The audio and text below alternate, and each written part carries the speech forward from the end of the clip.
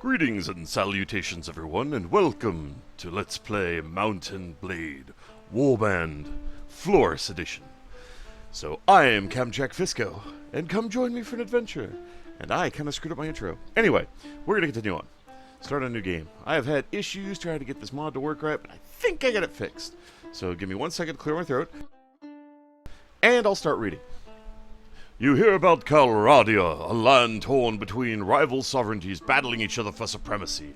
A haven for knights and mercenaries, cutthroats and adventurers, all willing to risk their lives in pursuit of fortune, power, or glory.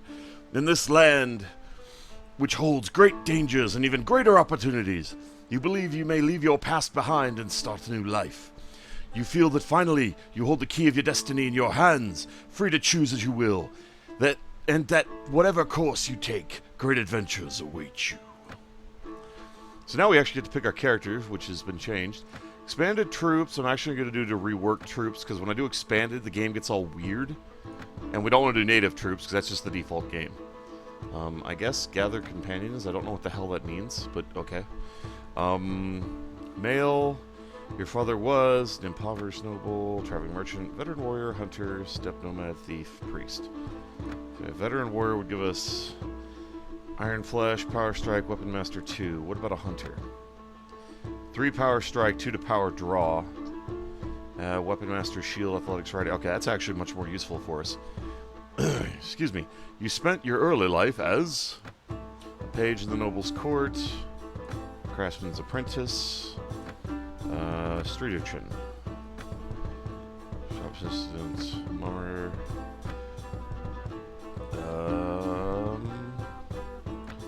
noble in training, acolyte.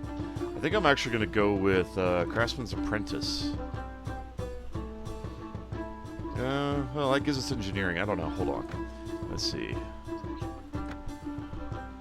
Noble in training gives us tactics, leadership, spotting, pathfinding. Okay, wait. What about an acolyte? We get higher writing. We actually get first aid, surgery. More to writing.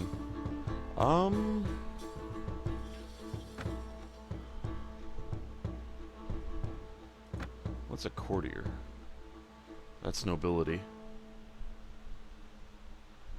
So that gives us what? Writing and weapons mastering? I think I want to go with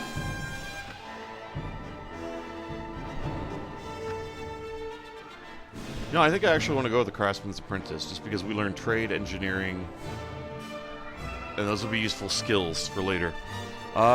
Later we became, let's see, slave trader, bandit, gladiator, thief, bravo, mercenary, game poacher, smith, goods peddler, preacher, troubadour, university student, squire. So squire gives us that. What does a mercenary give us? We lose the writing bonus.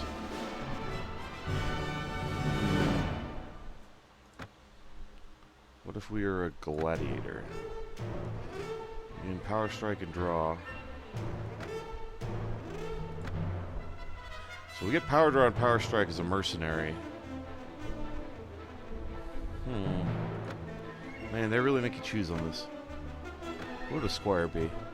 We lose 1 power draw, but we gain 1 in writing. I think I'm going to go with mercenary. Just fits my style more. Okay. Reasons for this adventure is personal revenge, sense of duty, loss of a loved one, wanderlust, religious fervor, being forced out of your home, or lust for money and power. Lust for money and power gives us looting. Oh, okay, so these do still affect our stats. Loss of a loved one. So we get 3 power draw, 1 strike. What a sense of duty. Man, these all affect everything. It's freaky. Personal revenge. That was the one that it defaulted us to. What would be loss of a loved one? We get Iron Flesh, we lose a Power Strike. There's something down there, but I can't see what it is. It won't scroll. Wanderlust? Huh. I think we want to go with Personal Revenge, just because that's looks the most balanced to me. Alright, so let's read the storyline that we've established. You were born years ago in a faraway land. Your father was a hunter. You were the son of a family who lived off the woods, doing whatever they needed to make ends meet. Hunting, woodcutting, making arrows, even a spot of poaching whenever things got tight. Winter was never a good time for your family, as the cold took animals and people alike. But you always lived to see another dawn, though your brothers and sisters might not be so fortunate. You started to learn about the world almost as soon as you could walk and talk. You spent your early life as a craftsman's apprentice. As a boy growing out of childhood, you apprenticed with the local craftsman to learn a trade. After years of hard work and study under your new master, he promoted you to journeyman and employed you as a fully paid craftsman for as long as you wished to stay. Then, as a young adult, life changed as it always does. You became a mercenary. Though the distinction felt sudden to you, somewhere along the way you'd become a man, and the whole world seemed to change around you. You signed on with a mercenary company and traveled far from your home. The life you found was rough and ready, marching to the beat of strange drums and learning unusual ways of fighting. There were men who taught you how to wield any weapon you desired, and plenty of battles to hone your skills. You were one of the charmed few who survived through every campaign in which you marched. But soon everything changed, and you started to strike out on your own as an adventurer. What made you take this decision was personal revenge. Only you know exactly what caused you to give up your old life and become an adventurer. Still, it was not a difficult choice to leave. With the rage burning brightly in your heart, you wanted vengeance, you wanted justice. What was done to you cannot be undone, and these debts can only be paid in blood. As a common man, you may face some difficulties establishing yourself as an equal among Coloradia's great lords. Is there a way to actually be? Let's see, if we're an impoverished noble... As an impoverished noble, we may find that we're able to take place among Coloradia's great lords relatively quickly. So, that's the difference?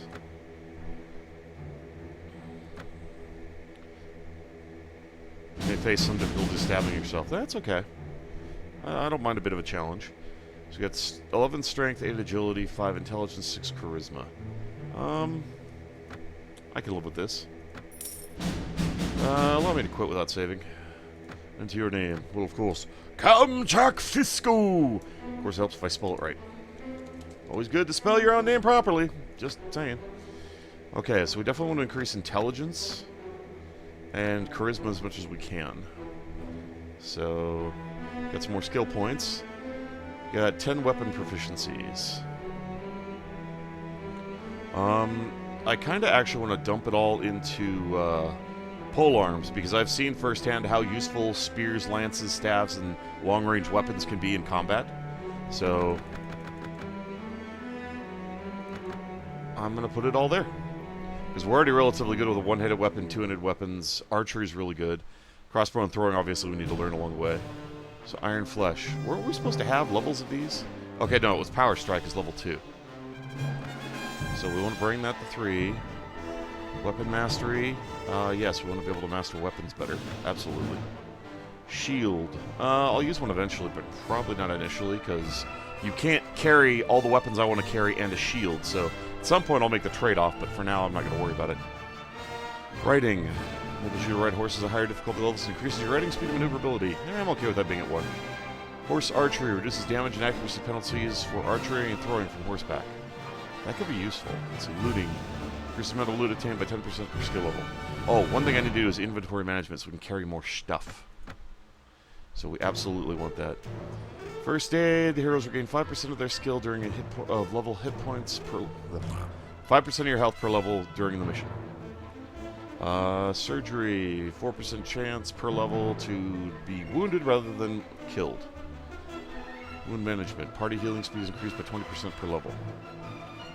First aid actually sounds really useful. Engineering is what? Allows you to construct siege equipment and fief improvements more efficiently. Well, that'll be handy later. Persuasion. Make other people accept your point of view. Prisoner management, leadership, trade. Reduces the trade penalty by 5%. So I definitely want to increase trade. Excuse me. I'll worry about persuasion later. Pathfinding and spotting. Party seeing range is increased by 10%. That would be really handy. Pathfinding, we move faster on the map. Just tracking. Tracks become more informative.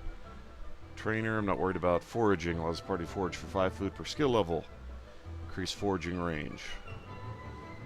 That might be a better one than pathfinding. Okay. I'm ready to live with that consequence. Okay. Just your character's face. I already know what I want him to look like. Where's my goatee? Excuse me. My goatee, please. Don't care about these fancy mustaches. I want my goatee. There we go.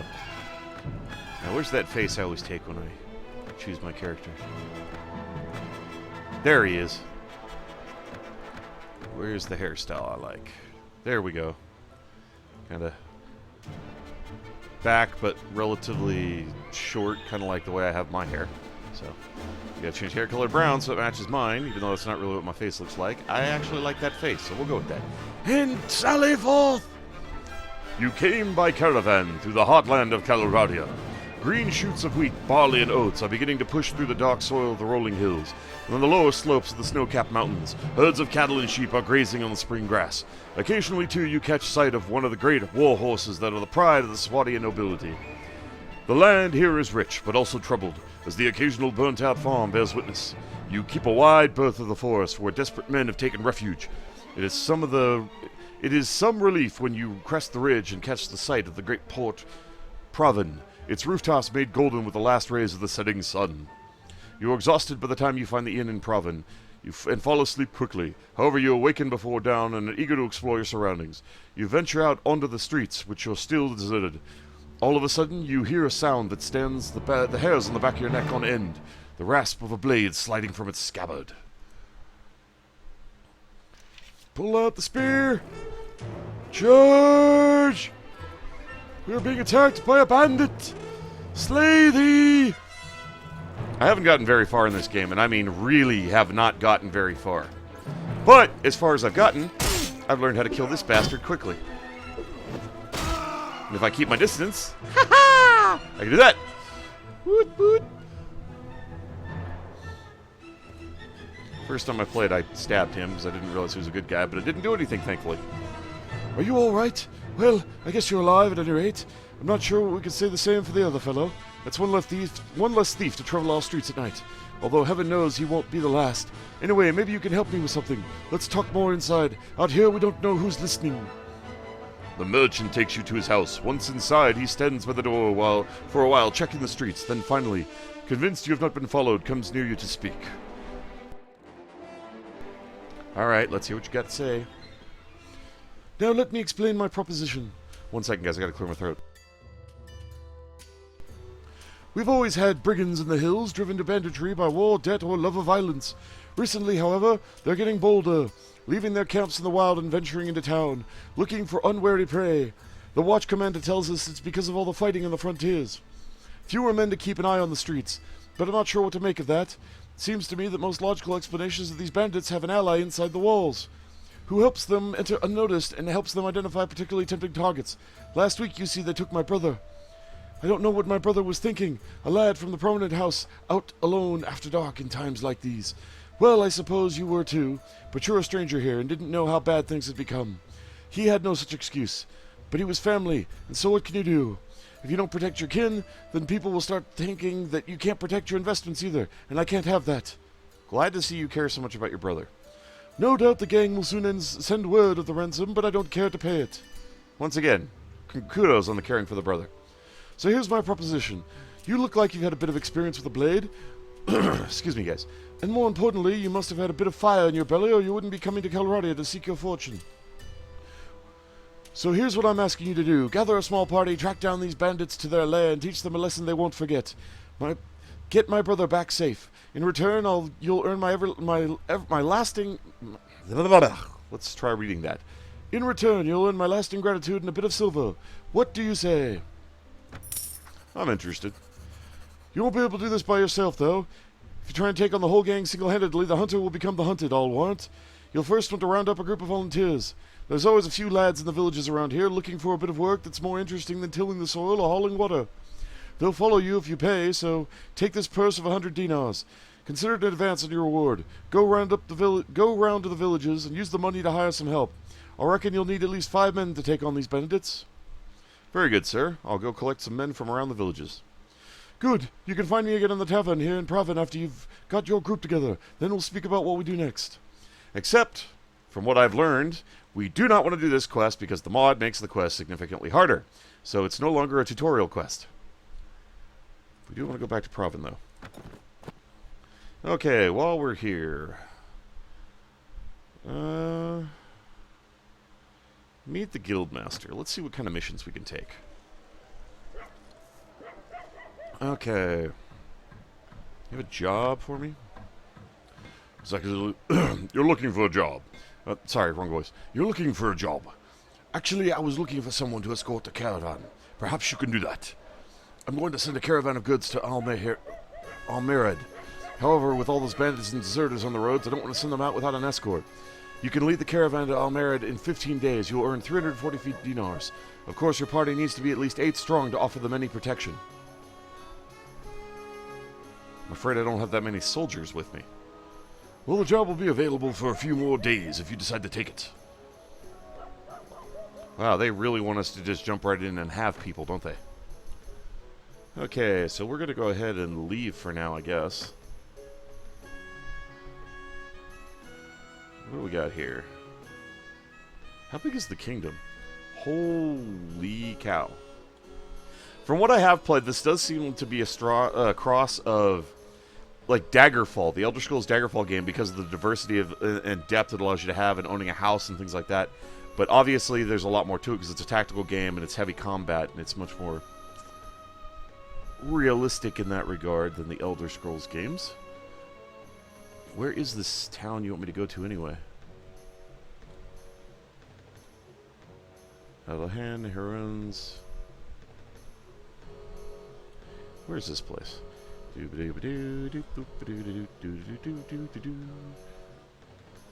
a place I'm supposed to be able to get to in 15 days. How frickin' far can it be?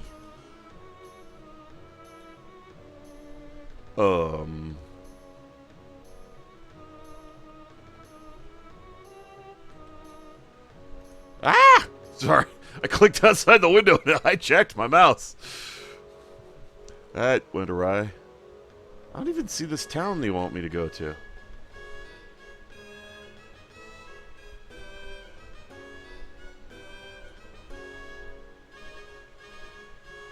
I do not see the... Amird's all the way down there and you expect me to get there in 15 days, dude? No, I do not think so. Okay, so we've got a castle over here, a town over here. I think we're going to head there, because I've been to Asgard before and there was no quests when I went there. Although I don't know if that changes on playthroughs. But we're going to head off. Should be able to spot bandits or anything that comes near us anytime soon. Force morale is 93%. Well, if I'm the only one, shouldn't my morale be my own determining? Approach the gates and hail the guard. You're outside Tevrin Castle. You see the banner of Count Delgin, the Count of the Kingdom of Swadia, over the castle gates. You approach the gates, men on the wall watch you closely. Request a meeting with someone. Whom do you wish to meet? Count Delgin. Your request for a meeting is relayed inside, and finally Count Delgin appears in the courtyard to speak with you. Do I know you? My name is Kamchak Fisko, at your service, sir. I am Count Delgin, a vassal of the Kingdom of Swadia, Lord of Tevrin Castle in Shipton. Shipton? Well, I might not have heard of you, but you have the look of a man who might make something of himself someday. What is it? Do you have any tasks for me? I have something you could help with. An issue of the lawless villain known as Ilskard of Kurra has murdered one of my men and has been on the run from his judgment ever since. We can't let him get away with avoiding justice, so I put a bounty of 300 dinars on his head. Friends of the murdered man reckon that this assassin may have taken refuge with his kinman in Tad Samesh. You might be able to hunt him down and give him what he deserves, claim the bounty for yourselves. Then I will hunt him down and execute the law. That's excellent, Kamchak Fisko. I'll be grateful to you and so will the family of the men who he murdered. And of course the bounty on his head will be yours if you can get him. Well, good hunting to you, sir. Alright, so we're going to go ahead and save the game. How do I do that? Save. And then we're going to try to figure out where this town is that he's hiding in. Wait, what was it? Tadsamesh. Tybalt Castle.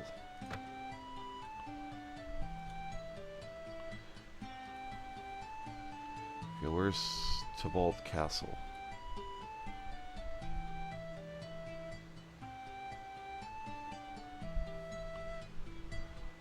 Tybalt Castle, Tadsamesh, there it is.